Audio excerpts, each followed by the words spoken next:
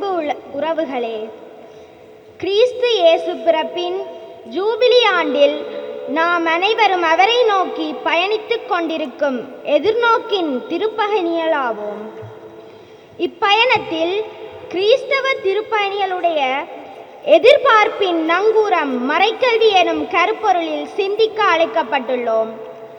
இன்று தேசிய மறைக்கல்வி ஞாயிறு தினத்தை நினைவு கூறும் அனைவருக்கும் விசேட விதமாக அனைத்து மறை பாடசாலை மாணவர்களுக்கும் மறை ஆசிரியர்களுக்கும் கிறிஸ்தவ வாழ்வினுடைய எதிர்பார்ப்பின் உண்மையான அர்த்தத்தை நினைவூட்டுகிறது. எபிரேயருக்கு எழுதிய திருமுகத்தில் குறிப்பிட்டுள்ளதன்படி இந்த எதிர்நோக்கே நம் உள்ளத்திற்கு பாதுகாப்பான உறுதியான நங்கூரம் போன்றுள்ளது. மறைக்கல்வி என்பது அந்நங்கூரமாகும். அது நமக்கு இயேசு கிறிஸ்துவை அறிந்து கொள்வதற்கும் அவரின் படிப்பினைகளுக்கு அமைய எமது வாழ்வை வடிவமைத்துக் கொள்வதற்கும் சீராக்குவதற்கும் வழிகாட்டுகிறது. இறைவார்த்தை மற்றும் திரு அவையின் அனைத்து படிப்பினைகளினூடாக நாம் ஊட்டம் பெறும்போது எமது விசுவாசம் பலப்படுத்தப்பட்டு இறைவனின் அன்பு மற்றும் எதிர்கால வாழ்வின் எதிர்பார்ப்பு உறுதிப்படுத்தப்படும் என கத்தோலிக்க திரு அவை மறைக்கல்வி கூறுகிறது. மறைக்கல்வி ஊடாக நாம் ஆன்மீகத்தில் வளர்ச்சியடைந்து இறை சமூகத்தை நோக்கி எமது திருப்பயணத்தை உறுதியாக்குவோம். மறைவறுப்பு பணியில் ஈடுபடுபவர்களை தூய ஆவி வழிநடத்த வேண்டுமென இறைவனை இறைஞ்சுவோம். இறைவார்த்தையின் வல்லமையை உணர்ந்து பக்தியோடு இத்திருப்பலியில் பங்கு பெற்றுவோம். தந்தை மகன் தூய ஆவியாரின் பெயராலே ஆமென். நம் ஆண்டவராகிய இயேசு கிறிஸ்துவின் அருளும் கடவுளின் அன்பும் தூய ஆவியாரின் நட்புறவும் உங்கள் அனைவரோடும் என்றும் இருப்பதாக.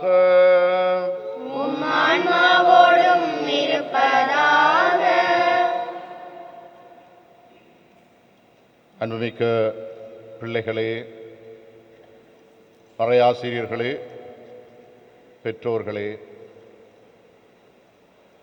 இன்றைய நாள் இலங்கை திரு அவை மறைக்கல்வி தினத்தை கொண்டாடுகிறது. நமது பேராலய பங்கின் 5 மறைப்பாடசாலை ஆசிரியர்களும் மாணவர்களும் இங்கே பேராலயத்திலே இன்று இந்த தேசிய மறைக்கல்வி தின கொண்டாட்டத்திலே பங்கேற்க இங்கே ஒன்று கூடியிருக்கிறார்கள்.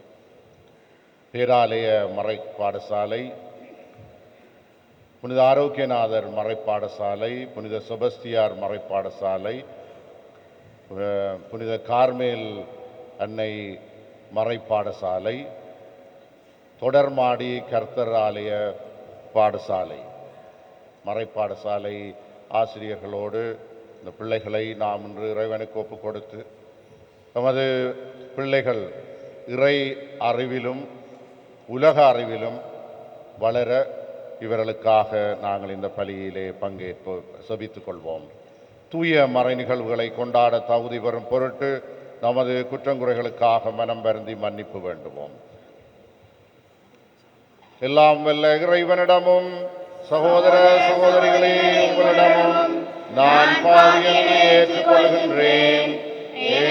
சிந்தனையாலும் சொல்லாலும் செயலாலும் கடமையில் தவறியாலும் பாவங்கள் பல செய்தேன்.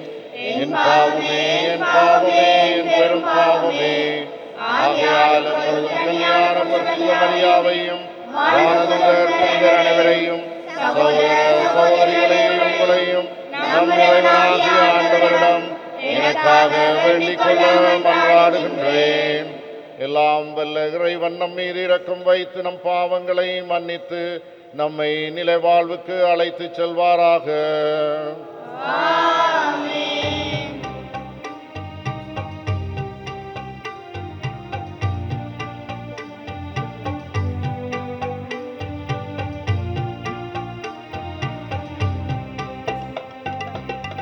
ஆண்டவரே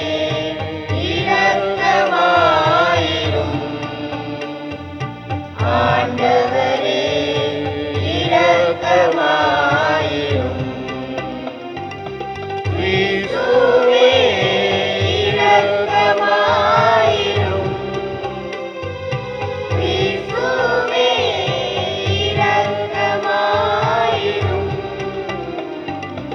ஆண்டவரே இரக்கமாயிரும். ஆண்டவரே இரக்கமாயிரும். உன்னதங்களிலே கடவுளுக்கு மாட்சி உண்டாகுக. உலகினிலே நல்மனத்தோர்க்கு அமைதியாகுக. உம்மை புகழுகின்றோம், உம்மை வாழ்த்துகின்றோம், உம்மை ஆராதிக்கின்றோம், உம்மை மாட்சிப்படுத்துகின்றோம். உமது மேலான மாட்சியின் பொருட்டு உமக்கு நன்றி கூறுகின்றோம். ஆண்டவராகிய இறைவா, வானுலகரசரே, எல்லாம் வல்ல தந்தையாகிய இறைவா, ஒரே மகனாயுதித்த ஆண்டவரே இயேசு கிறிஸ்துவே, ஆண்டவராகிய இறைவா, இறைவனின் செம்மறியே, தந்தையின் திருமகனே, தந்தையின் திருமகனே, உலகின் பாவங்களை போக்குபவரே, எங்கள் மேல் இரக்கமாயிரும். உலகின் பாவங்களை போக்குபவரே, எங்கள் மன்றாட்டை ஏற்றருளும். தந்தையின் வலப்பக்கம் வீற்றிருப்பவரே, எங்கள் மேல் இரக்கமாயிரும். ஏனெனில் இயேசு கிறிஸ்துவே, நீர் ஒருவரே தூயவர், நீர் ஒருவரே ஆண்டவர், நீர் ஒருவரே உன்னதர்.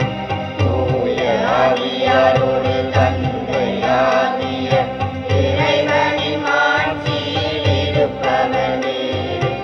ஆமென், ஆமென், ஆமென், ஆமென். மன்றாடுவோமாக.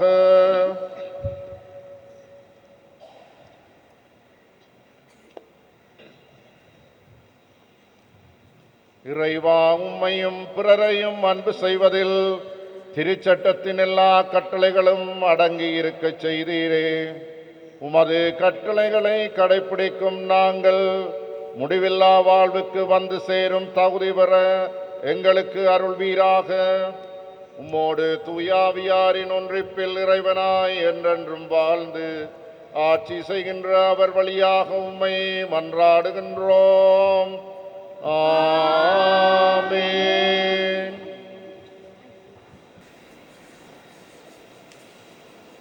முதல் வாசகம். வெள்ளிக்காசுக்கு ஏழைகளையும் இருகாலனிக்கு வறியோரையும் வாங்கலாமா? இறைவாக்கினர் ஆமோஸ் நூலிலிருந்து வாசகம். அதிகாரம் 8, இறைவசனங்கள் 4 தொடக்கம் 7 முடிய. வறியோரை நசுக்கி நாட்டிலுள்ள ஒடுக்கப்பட்டோரை அழிக்கின்றவர்களே, இதை கேளுங்கள். நாம் தானியங்களை விற்பதற்கு அமாவாசை எப்பொழுது முடியும்? கோதுமையை நல்ல விலைக்கு விற்பதற்கு ஓய்வு நாள் எப்பொழுது முடிவுறும்? மரக்காலை சிறியதாக்கி இடைக்கல்லை கனமாக்கி கள்ளத்தராசினால் மோசடி செய்யலாம். வெள்ளிக்காசுக்கு ஏழைகளையும் இருகாலனிக்கு வறியோரையும் வாங்கலாம். கோதுமை பதர்களையும் விற்கலாம் என்று நீங்கள் திட்டமிடுகிறீர்கள் அல்லவா? ஆண்டவர் ஜாக்கோப்பின் பெருமை மீது ஆணையிட்டு கூறுகின்றார், அவர்களுடைய இந்த செயல்களுள் ஒன்றையேனும் நான் ஒருபோதும் மறக்க மாட்டேன். இது ஆண்டவர் வழங்கும் அருள்வாக்கு.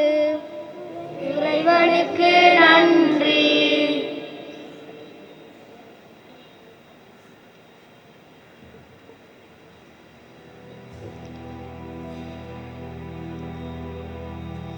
ஏழைகளை தூக்கிவிடும் ஆண்டவரை போற்றுங்கள். ஏழைகளை தூக்கிவிடும் ஆண்டவரை போற்றுங்கள். ஆண்டவரின் ஊழியர்களே அவரை புகழுங்கள். அவரது பெயரை போற்றுங்கள். ஆண்டவரது பெயர் வாழ்த்து பெறுவதாக. இப்பொழுதும் எப்பொழுதும் வாழ்த்து பெறுவதாக. ஏழைகளை தூக்கிவிடும் ஆண்டவரை போற்றுங்கள். மக்களினங்கள் அனைத்திற்கும் ஆண்டவர் மேலானவர். வானங்களையும் விட உயர்ந்தது அவரது மாட்சி. நம் கடவுளாகிய ஆண்டவருக்கு நிகர் யார்?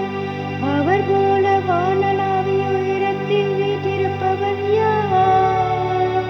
அவர் வானத்தையும் வையகத்தையும் குனிந்து பார்க்கின்றார். ஏழைகளை தூக்கிவிடும் ஆண்டவரை போற்றுங்கள். ஏழைகளை தூசியிலிருந்து அவர் தூக்கி நிறுத்துகின்றார். வறியவரை குப்பை மேட்டிலிருந்து கை தூக்கி விடுகின்றார். உயர்குடி மக்களிடையே தம் மக்களுக்கு உயர்குடி மக்களிடையே அவர்களை அமரச் செய்கின்றார். உயர்குடி மக்களிடையே தம் உயர்குடி மக்களிடையே அவர்களை அமரச் செய்கின்றார். ஏழைகளை தூக்கிவிடும் ஆண்டவரை போற்றுங்கள். ஏழைகளை தூக்கிவிடும் ஆண்டவரை போற்றுங்கள்.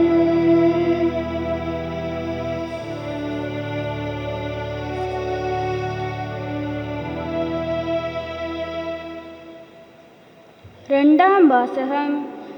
அதிகாரம் 2 1-8.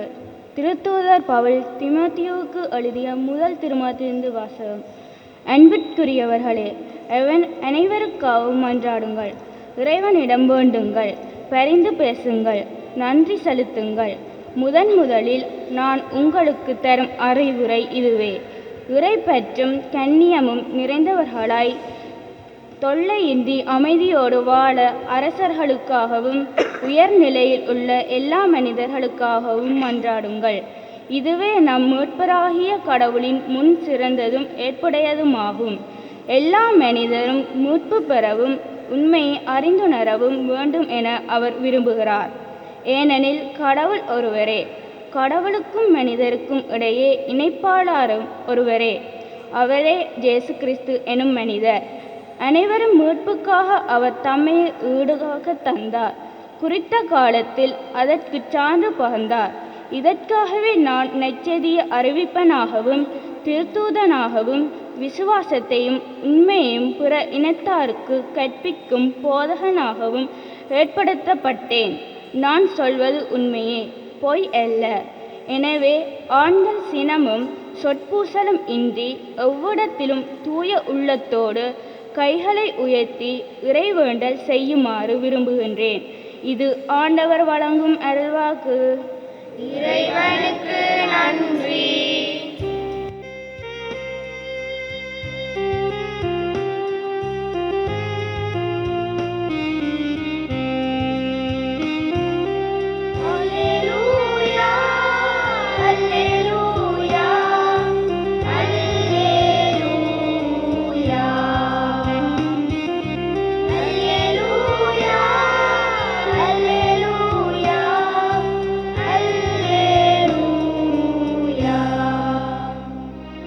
நம் ஆண்டவர் இயேசு கிறிஸ்து செல்வராயிருந்தும் அவருடைய ஏழ்மையினால் நீங்கள் செல்வராகுமாறு உங்களுக்காக ஏழையானார். அல்லேலூயா.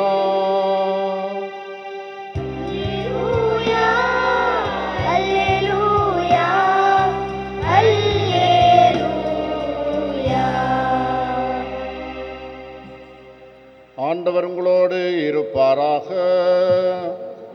ஆன்மாவோடும் இருப்பாராக. புனித லூக்கா எழுதிய நற்செய்தியிலிருந்து வாசகம். ஆண்டவரே மாட்சி உமக்கே.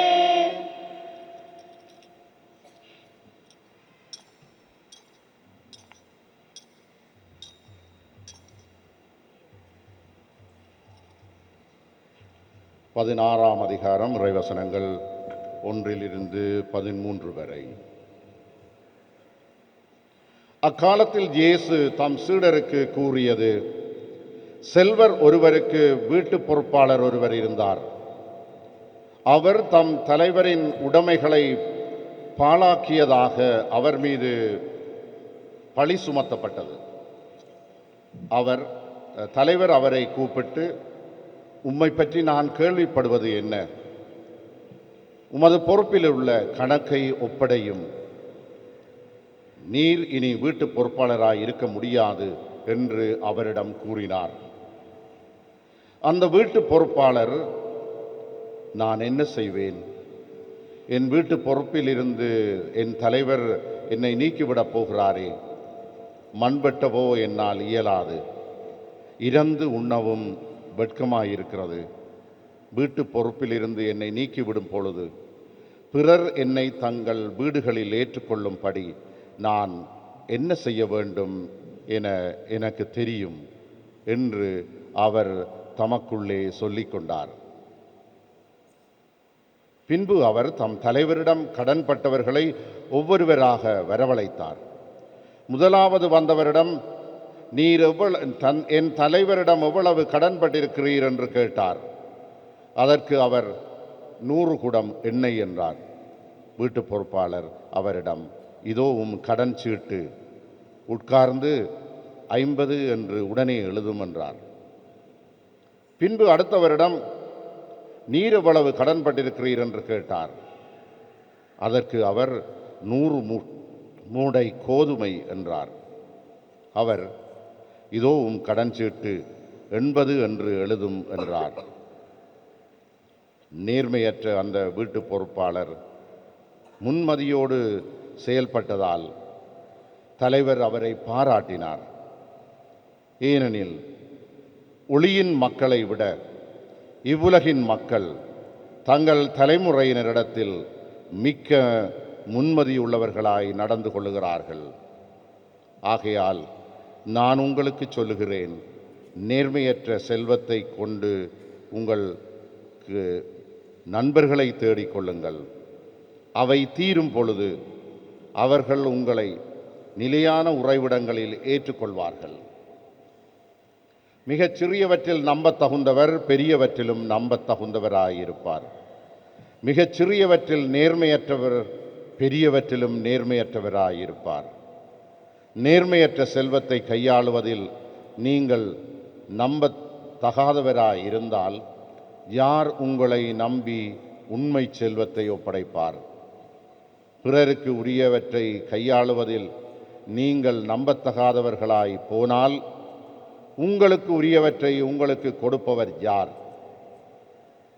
எந்த வீட்டு வேலையாலும் இரு தலைவர்களுக்கு பணிவிடை செய்ய முடியாது.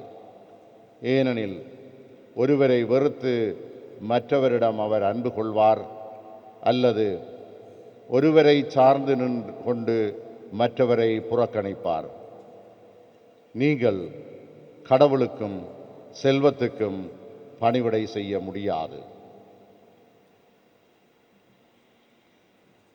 கிறிஸ்து வழங்கும் நற்செய்தி. கிறிஸ்துவே உமக்கு புகழ்.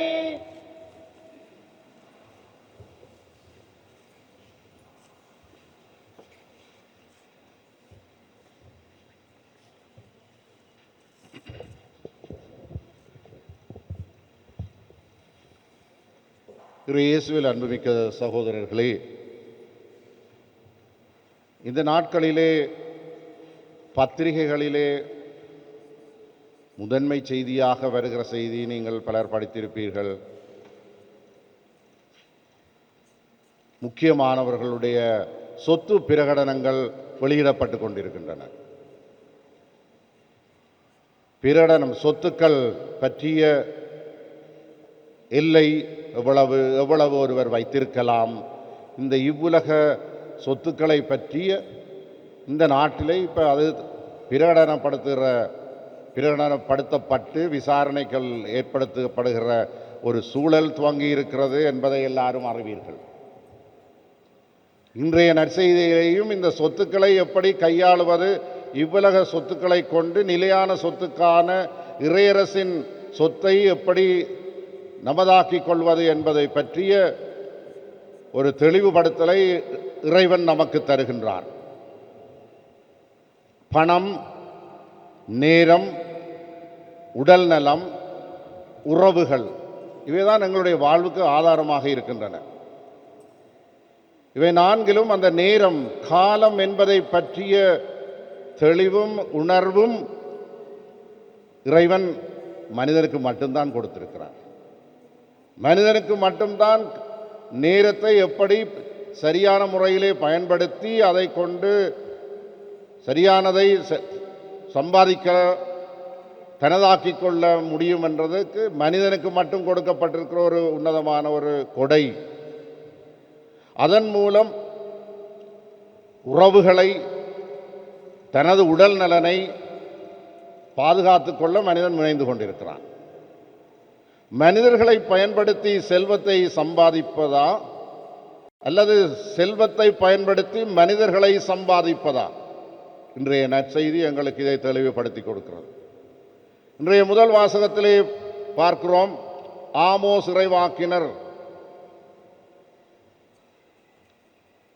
அந்த நாட்டிலே பாலஸ்தீனர் அவர் இறைவாக்குரைத்த நாட்டிலே இஸ்ராயல் மக்கள் வாழ்ந்த போது அவர்கள் எப்படி காலத்தை மிக தந்திரோபாயமான முறையிலே அவர்கள் பயன்படுத்தி செல்வத்தை அபகரிக்க, ஏழை எளியவர்களை சுரண்டி தமதாக்க காலத்தை பயன்படுத்தினார்கள் என்று தெளிவாக சொல்லப்பட்டிருக்கிறது. அமாவாசை எப்பொழுது வரும், கோதுமையை நல்ல விலைக்கு விற்பதற்கு, ஓய்வு நாள் எப்பொழுது முடியும், ஏனென்றால் அங்கே வேலைகளை பெருமளவுக்கு கொடுத்து வேலை சுமையை மற்றவர்கள் மேலே திணிப்பதற்கு, மரக்காலை சிறியதாக்கி இடைக்கல்லை கனமாக்கி கள்ளத்தராசு செய்யலாம், அதன் மூலம் ஏழைகளை சுரண்டி வறியோரை வாங்கலாம். இதற்கான திட்டமிடலை செய்கிற போது ஆமோஸ் இறைவாக்கினர் அவர்களை எச்சரிக்கின்றார். யாக்கோப்பின் பெருமை மீது ஆணையிட்டு ஆண்டவர் கூறுகிறார், இந்த செயல்களுள் ஒன்றையேனும் நான் ஒருபோதும் மறக்க மாட்டேன். தீச்செயல்களை, இறைவன் நமக்கு கொடுத்த செல்வம் எதற்காக கொடுக்கப்படுகிறது என்றால் அது மற்றவர்களுக்காக பயன்படுத்தி நல்ல உறவுகளை ஏற்படுத்தி கொள்வதற்காக. இன்றைய நற்செய்தியிலே வாசிக்கின்றோம், பொறுப்பில்லாத கண்ணியமில்லாத ஒரு தலைவன். ஆனால் இயேசு அவனிடத்திலே இருந்த அவனை பாராட்டுவது எந்த அளவுக்கு நியாயமானது என்று நாங்கள் எண்ணிக்கொள்ளலாம். அநியாயம் செய்கிற ஒருவனை ஆண்டவர் இயேசு பாராட்டுகிறது போல தெரியலாம். இங்கே ஆண்டவர் இயேசு எதை வலியுறுத்துகிறார் என்றால், அவன் அந்த நேரத்தை எப்படி பயன்படுத்தி உறவுகளை வலுப்படுத்தி கொள்ள செல்வத்தை பயன்படுத்தி கொள்கிறான். செல்வத்தை பயன்படுத்தி மனிதர்களை சம்பாதிக்க அவன் முனைகிறான். அது அவனது முன்மதி. இன்றைய அந்த வீட்டு பொறுப்பாளர் தனக்குள்ளே தான் பேசிக்கொள்வது, அது லூக்கா நற்செய்தியில் இது அடிக்கடி வரும். ஒருவன் தனக்குள்ளே தானே பேசிக்கொள்வது, நான் என்ன செய்வேன், என் தலைவன் என்னை வேலையிலிருந்து வீட்டிலிருந்து பொறுப்பிலிருந்து நீக்கிவிட்டால் எனக்கு ஒன்றும் செய்ய இயலாது, என்னால் வேலை செய்ய முடியாது, நான் போய் பிச்சை எடுக்கவும் முடியாது, ஆகவே நான் என்ன செய்ய வேண்டும் என்றும் காலத்தை சரியான முறையிலே பயன்படுத்தி சம்பாதிக்கிறதற்கு, மனித உறவுகளை சம்பாதிக்க முனைகின்றான். தலைவனிடம் கடன்பட்டவர்கள், இந்த இயேசுவின் காலத்திலே பலஸ்தீன நாட்டிலே பல இடங்களிலே உரிமையாளர்கள் அங்கே உடன் இருப்பது கிடையாது. உரிமையாளர்கள் இருக்க மாட்டார்கள், கண்காணிப்பாளர்கள் தான் பல பொறுப்புகளை கொண்டிருப்பார்கள். இந்த கண்காணிப்பாளர்கள் தமக்கு செலுத்த வேண்டியதை உரிமையாளர் பார்த்து கொள்வார். அதற்கு மேலதிகமாக அவன் தனக்குரிய சம்பளத்தை, வருமானத்தை ஈட்டிக்கொள்வது அவனை பொறுத்தது. அவன் நியாயமானவனாக நடந்து கொள்ளலாம் அல்லது அநியாயமானவனாக நடந்து கொள்ளலாம்.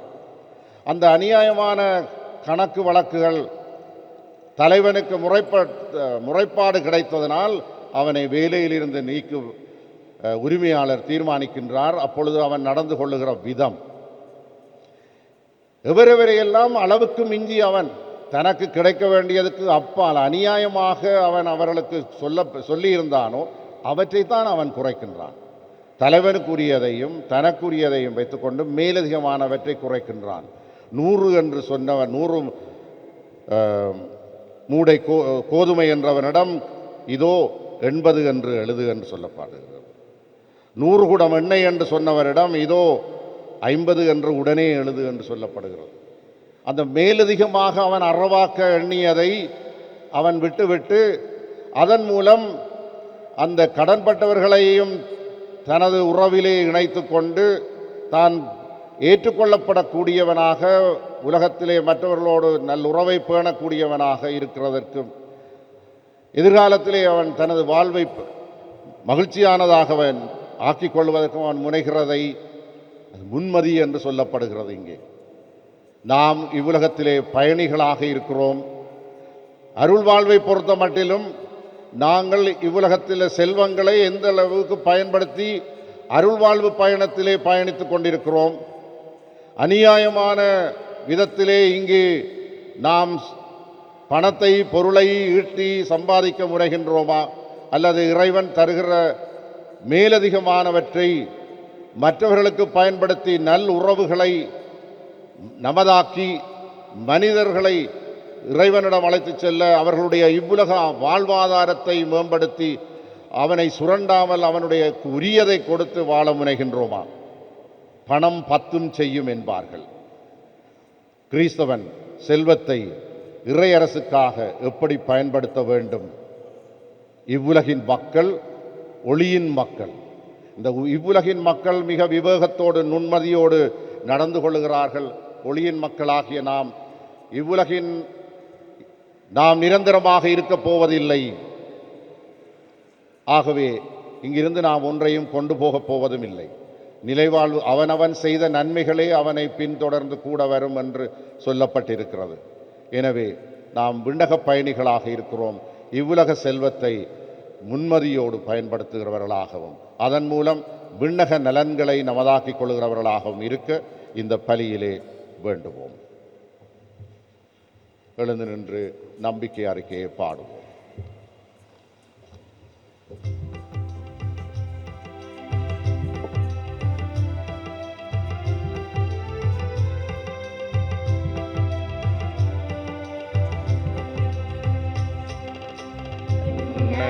மண்ணையும் படைத்தவராய் கடவுள் ஒருவர் இருக்கின்றார். தந்தை, மகன், தூய ஆவியராய் ஒன்றாய் வாழ்வோரை நம்புகிறேன். தூய ஆவியின் வல்லமையால் இறைமகன் நமக்காய் மனிதரானார். கன்னி மரியிடம் பிறந்தார்.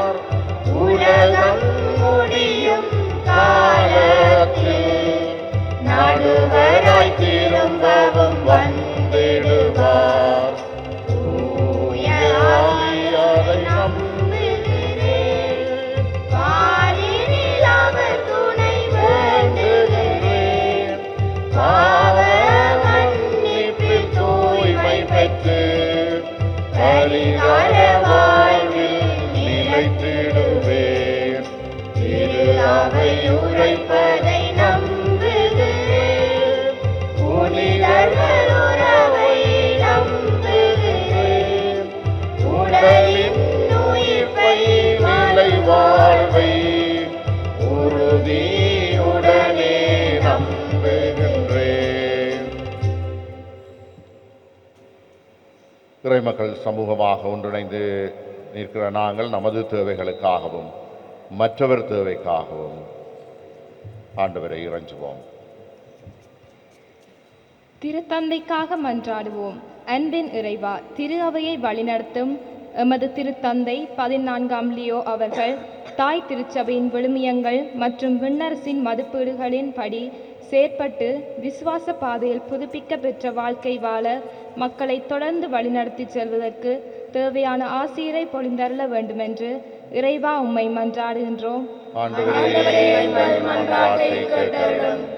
மறைபணியாளர்களுக்காக மன்றாடுவோம். எமது பங்குகளில் மறைபணியில் ஈடுபட்டுள்ள குருக்கள், துறவிகள் மற்றும் பொதுநிலை மறைபணியாளர்கள் அனைவரும் தங்களது மறை தூது பணியை உண்மையுடனும் அர்ப்பணிப்புடனும் ஆற்றுவதற்கு தேவையான தூய ஆவியின் வழிகாட்டுதலும் உந்து சக்தியும் நிறைவாக கிடைக்க வேண்டுமென்று இறைவா உம்மை மன்றாடுகின்றோம்.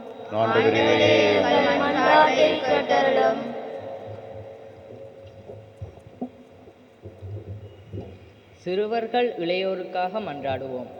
எதிர்கால உலகை கட்டியெழுப்பும் தூண்களாக துலங்கும் சிறுவர்கள் மற்றும் இளைஞர்கள் இன்றைய சமூகத்தில் நிலவும் பல்வேறு சமூக ஏற்றத்தாழ்வுகள் மற்றும் அவர்களின் வாழ்க்கையை சீர்குலைக்கும் தீய சக்திகளிலிருந்து அவர்களை விடுவித்து புதிய பாதையை நோக்கி அவர்களை வழிநடத்துவதற்கு பெற்றோர்கள் மற்றும் ஆசிரியர்களை உமது ஞானத்தினால் நிரப்பியருள வேண்டுமென்று இறைவா உம்மை மன்றாடுகின்றோம்.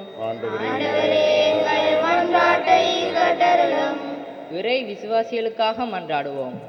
இந்த யூபிலி ஆண்டில் பயணிக்கும் குருக்கள், துறவிகள், பொதுநிலையினர் அனைவரும் நம்பிக்கையின் திருப்பயணிகளாக அவர்களது கடமையையும் தலைமை சேவையையும் திரு அவையில் உகந்த முறையில் செயல்படுத்தி இவ்வுலகில் ஒளியின் மக்களாக வாழ அவர்களுக்கு தேவையான இறையருளை நிறைவாக பொழிந்தருள வேண்டுமென்று இறைவா உம்மை மன்றாடுகின்றோம்.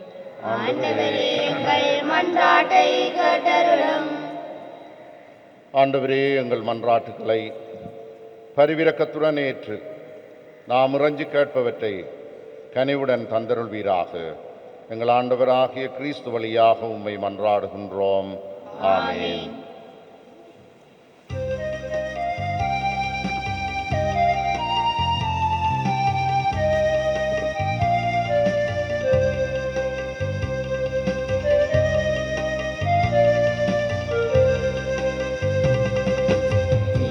காணிக்கை இரவாத காணிக்கை இறை மனித உறவின் சின்னமா அன்பின் காணிக்கை இதய காணிக்கை இரவாத காணிக்கை இறை மனித உறவின் சின்னமா அன்பின் காணிக்கை இதையே இதையே திடுவாய் இனிதாயனை மாற்றிடுவாய் இறையே இதையே திடுவாய் இனிதாயனை மாற்றிடுவாய் இதய காணிக்கை இரவாத காணிக்கை இறை மனித உறவின் சின்னமா அன்பின் காணிக்கை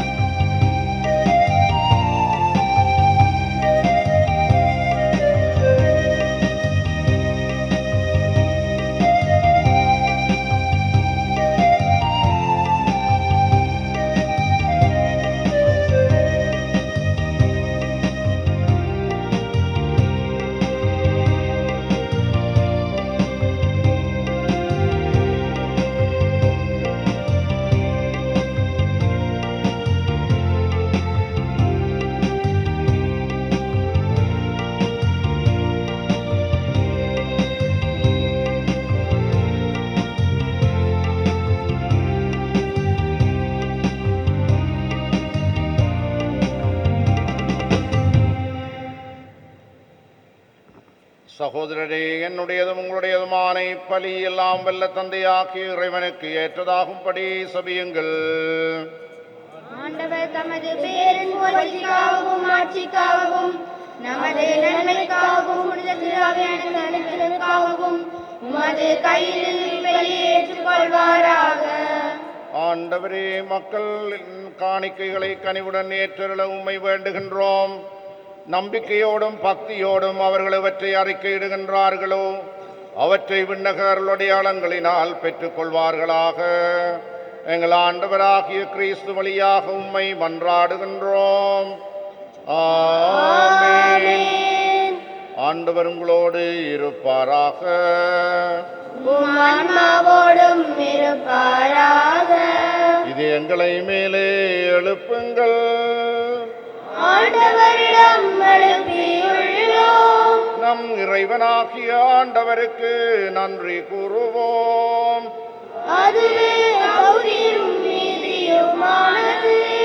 ஆண்டவரே, தூயவரான தந்தையே, என்றும் உள்ள எல்லாம் வல்ல இறைவா, எந்நாளும் அவ்விடத்திலும் நாங்கள் உமக்கு நன்றி செலுத்துவது மெய்யாகவே தகுதியும் நீதியுமாகும், எங்கள் கடமையும் மீட்புக்குரிய செயலுமாகும்.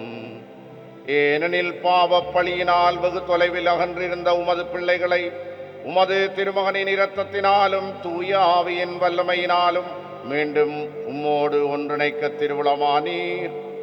இவ்வாறு உமது மக்கள் மூவொரு கடவுளின் ஒன்றிணைப்பால் ஒன்றிணைக்கப்பட்டு கிறிஸ்துவின் உடலும் தூய ஆவியின் கோயிலுமான திரு அவையாக திகழச் செய்தீர். இதனால் பல்வகையில் வெளிப்படும் உமது ஞானத்தை புகழச் செய்தீர். ஆகவே வானதூதர் திரளோடு ஒன்று சேர்ந்து நாங்கள் உம்மை புகழ்ந்தேத்தி மகிழ்ச்சியுடன் அறிக்கையிட்டு சொல்லுவதாவது: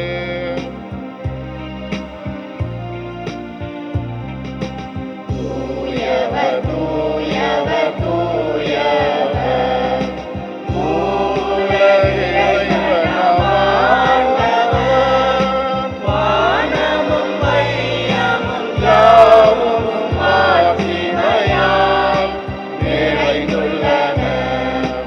உன்னதங்களிலே ஓசானா, உன்னதங்களிலே ஓசானா. ஆண்டவர் திருப்பெயரால் வருபவர் ஆசி பெற்றவர். உன்னதங்களிலே ஓசானா, உன்னதங்களிலே ஓசானா. ஆண்டவரே, நீர் மெய்யாகவே தூயவர், தூய்மை அனைத்துக்கும் ஊற்று. ஆகவே உம்முடைய ஆவியை பொழிந்து காணிக்கைகளை தூய்மைப்படுத்த உம்மை வேண்டுகின்றோம்.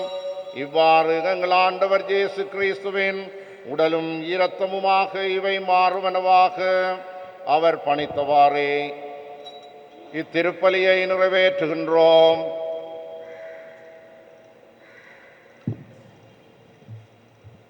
அவர் பாடுபட உளம் கனிந்து தம்மை கையளித்த போது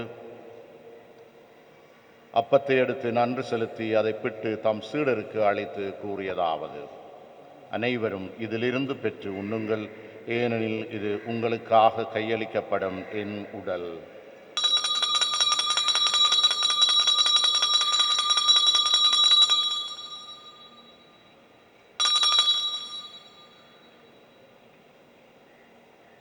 அவண்ணமே இரவு விருந்தை அருந்திய பின் கிண்ணத்தையும் எடுத்து மீண்டும் உமக்கு நன்றி கூறி தாம் சீடருக்கு அழைத்து அவர் கூறியதாவது: அனைவரும் இதிலிருந்து பெற்று பருகுங்கள், ஏனெனில் இது புதிய நிலையான உடன்படிக்கைக்குரிய என் இரத்தத்தின் கிண்ணம்.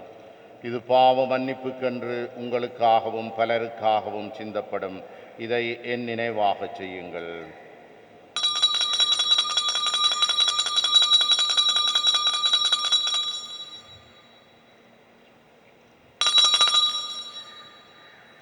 நம்பிக்கையின் மறைபொருள்.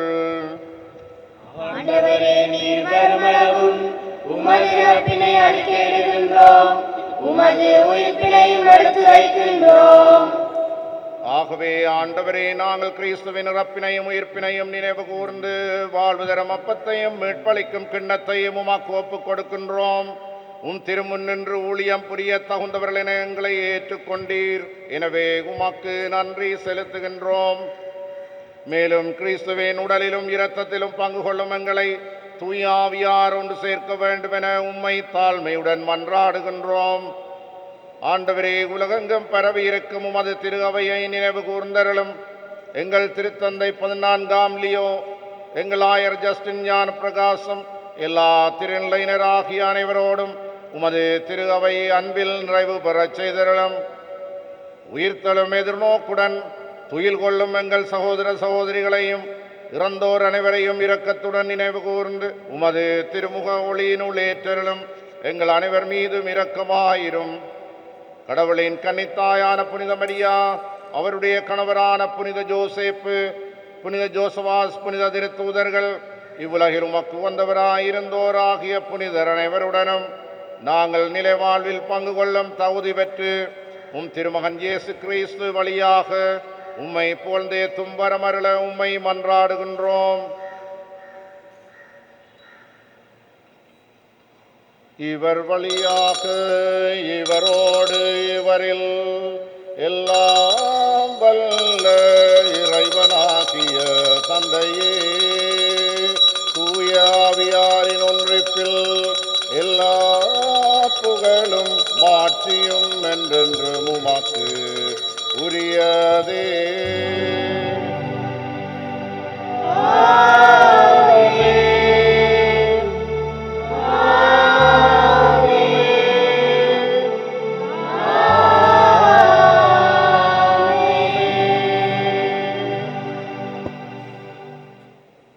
மகன் இயேசு நமக்கு கற்றுக் கொடுத்தவாறு பரம தந்தையை வேண்டுவோம்.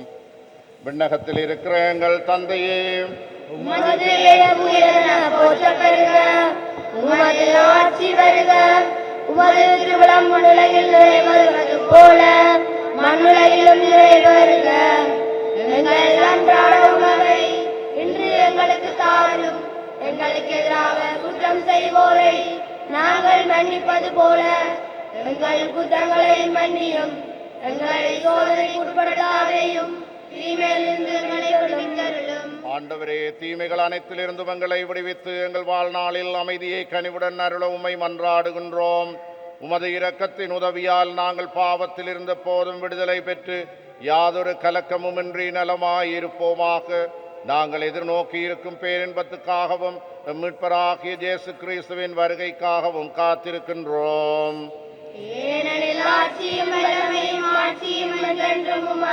ஆண்டவராகிய இயேசு கிறிஸ்துவே, அமைதியை உங்களுக்கு விட்டுச் செல்கின்றேன், என் அமைதியை உங்களுக்கு அளிக்கின்றேன் என்று உமது திருத்தூதர்களுக்கு மொழிந்தீரே. எங்கள் பாவங்களை பாராமல் உமது திரு அவையின் நம்பிக்கையை கண்ணோக்கி உமது திருவுளத்திற்கேற்ப அதற்கு அமைதியையும் ஒற்றுமையையும் அளித்தருள்வீராக.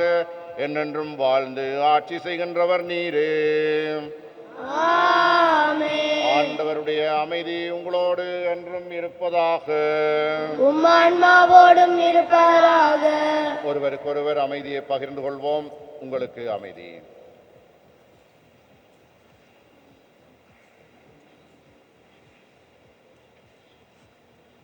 உலகின் பாவங்களை போக்கும் இறைவனின் செம்மறியே, எங்கள் மேல் இரக்கமாயிரும். உலகின் பாவங்களை போக்கும் இறைவனின் செம்மறியே, எங்கள் மேல் இரக்கமாயிரும். உலகின் பாவங்களை போக்கும் இறைவனின் செம்மறியே, எங்களுக்கு அமைதி அளித்தருளும்.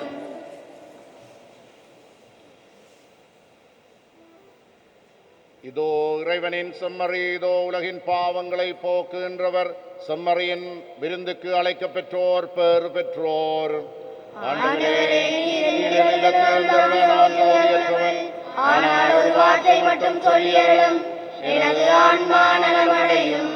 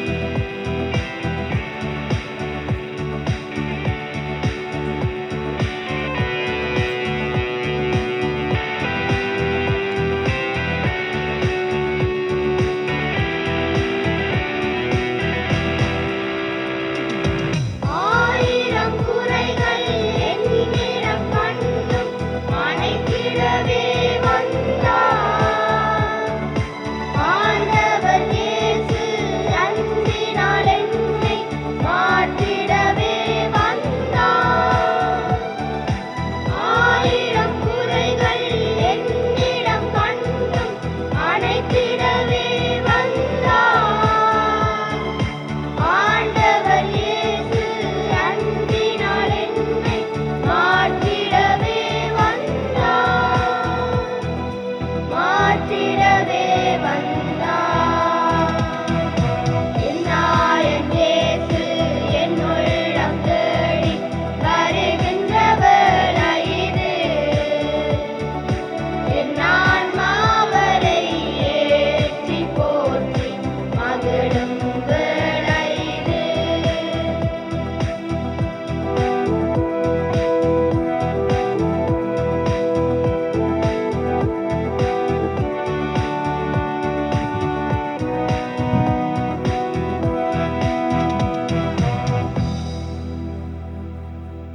இப்பொழுது நமது பங்கிலே, பேராலய பங்கிலே மறைக்கல்வி பணியை செய்கின்ற ஆசிரியர்கள், மறையாசிரியர்கள் தங்களுடைய அர்ப்பணிப்பு இந்த நேரத்திலே புதுப்பித்து செவிப்பார்கள். மறையாசிரியர்கள் அனைவரும் பீடத்துக்கு முன்பாக வந்து நின்று உங்களுடைய அர்ப்பணிப்பு ஜெபத்தை சொல்லலாம். மறைக்கல்வி பணிக்காக எம்மை அர்ப்பணிக்கும் செபம். அன்பின் இறைவா, உமது தூது பணிக்கு கிறிஸ்தவ மறையாசிரியர்களாக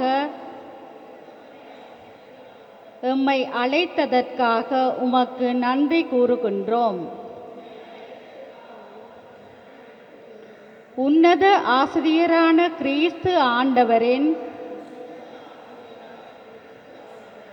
வாழ்வை முன்மாதிரியாக கொண்டு மறை ஆசிரியர்களாக பணிபுரிவதற்கு எம்மை தேர்ந்தெடுத்தமைக்காக உமக்கு நன்றி கூறுகின்றோம்.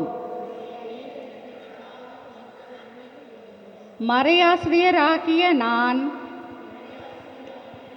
உலகின் ஒளியாகவும் உப்பாகவும் செயற்படவும் எம்மை முழுமையாக அர்ப்பணித்து வாழவும் வரம் தாரும். இறையரசை கட்டி எழுப்புவதற்காக அர்ப்பணிப்புடன் பணியாற்றுவதற்கு தேவையான உடல் உள வலிமையையும் உமது ஆவியின் வரத்தையும் எமக்கு தந்தருளும். அன்பின் இறைவா, நீர் எமக்கு தந்துள்ள பலதரப்பட்ட தாளந்துகளை இறையரசின் வளர்ச்சிக்காகவும் இயேசு இறைமகன் என்று மக்களை விசுவசிக்க செய்வதற்காகவும் அவற்றை பயன்படுத்தி வாழவும் அருள் தாரும். உன்னத மறையாசிரியராகிய இயேசுவே, தேவ நற்கருணையில் உயிரோடு எழுந்தருளியிருக்கும் உமது திரு உடலாலும் திரு இரத்தத்தாலும் நாம் ஊட்டம் பெற்று உமது மறைபணியில் பங்காற்றுவதற்கு வரம் தாரும். இந்த மன்றாட்டுக்களை எல்லாம் எங்கள் ஆண்டவராகிய இயேசு கிறிஸ்து வழியாக எமக்கு தந்தருளும். ஆமீன்.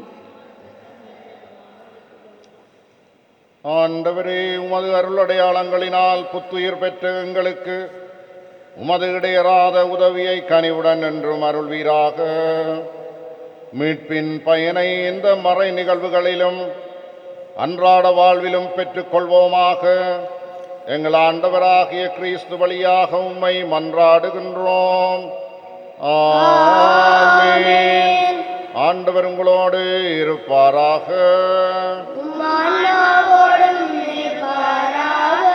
எல்லாம் வல்ல இறைவன் தந்தை, மகன், தூய ஆவி நம் அனைவரையும் ஆசீர்வதிப்பாராக.